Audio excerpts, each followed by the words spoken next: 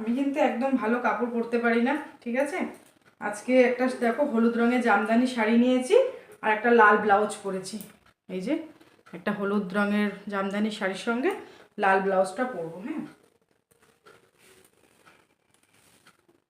তোমরা বলবে কেমন লাগছে। চলো কাপড় পরি।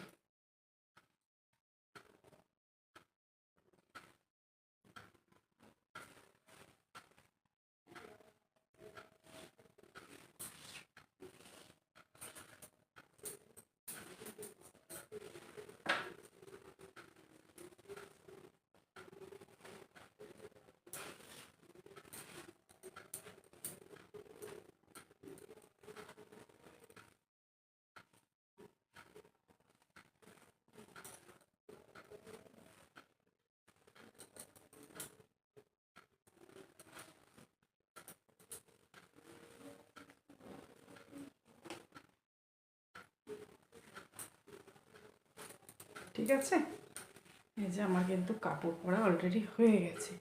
চলো এবার একটুখানি সাজুগুজু করি। হ্যাঁ, বেরোবো তো, ওই জন্যই দেখো। ঠিক আছে, পরা হয়েছে তো শাড়িটা, দেখো।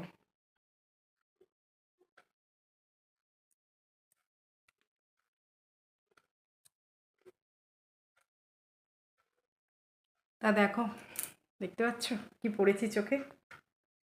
একটু সাজুগুজু করেছি। এই দেখো চোখে একটু কাজল পরেছি, যেহেতু কাজল পরতে আমার খুব ভালো লাগে। আর যে একটু লিপস্টিক দিয়েছি। কেমন লাগছে বলবে কিন্তু। আমি কিন্তু সবসময় সাজি না, আজকে একটু সাজতে ইচ্ছা করলো। এই যে জামদানি শাড়িটা পরেছি, তার সঙ্গে লাল ব্লাউজটা দিয়ে। আমি শাড়ি পরতে ভালো একদম পারি না গো, যেরকম পারি আর কি সেরকমই পরেছি। কোথাও বেরাবার আগে ঘর নোংরা থাকলে না আমার একদম ভালো লাগে না। দেখো আমি তো ঘুরতে যাবো বলে রেডি হয়ে গেছি, ঠিক আছে। আর আমার বিছনার অবস্থা দেখো একদম ছড়ানো বড়ানো। আমি বিছনাটাকে একটুখানি ঠিকঠাক করে নিই, বিছনাটা একটু ঝেড়ে ঠেড়ে নিই, তারপরে বেরোবো। শাড়িটা কিরকম পরলাম জানিও, আমি কিন্তু খুব ভালো কাপড় পরতে পারি না, যতটা পারি ততটাই পরলাম। আর এই শাড়িটা আমার ভীষণ পছন্দের, ভীষণ, বিশ্বাস কর এত পছন্দের কি বলবো। এত ভালো লাগে কালারটা, এত সুন্দর, এত সুন্দর, মানে বলার কথা না। চলো মোটামুটি ঘরটা গুছিয়ে নিলাম, এখন বেরোবো।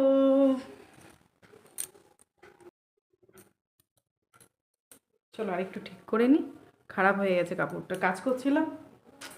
ঠিক আছে,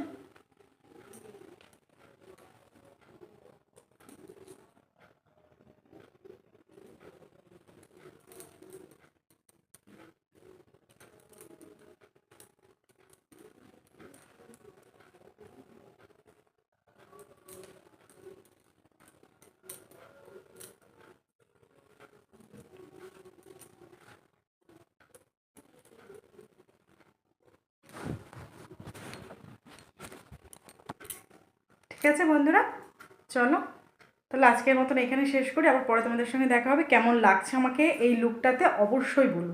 হলুদ শাড়ি পরে আমাকে কেমন লাগছে অবশ্যই তোমাদের কমেন্টের আশায় বসে থাকবো কিন্তু। ঠিক আছে, ভালো লাগছে তো? অবশ্যই ভালো লাগছে। ঠিক আছে।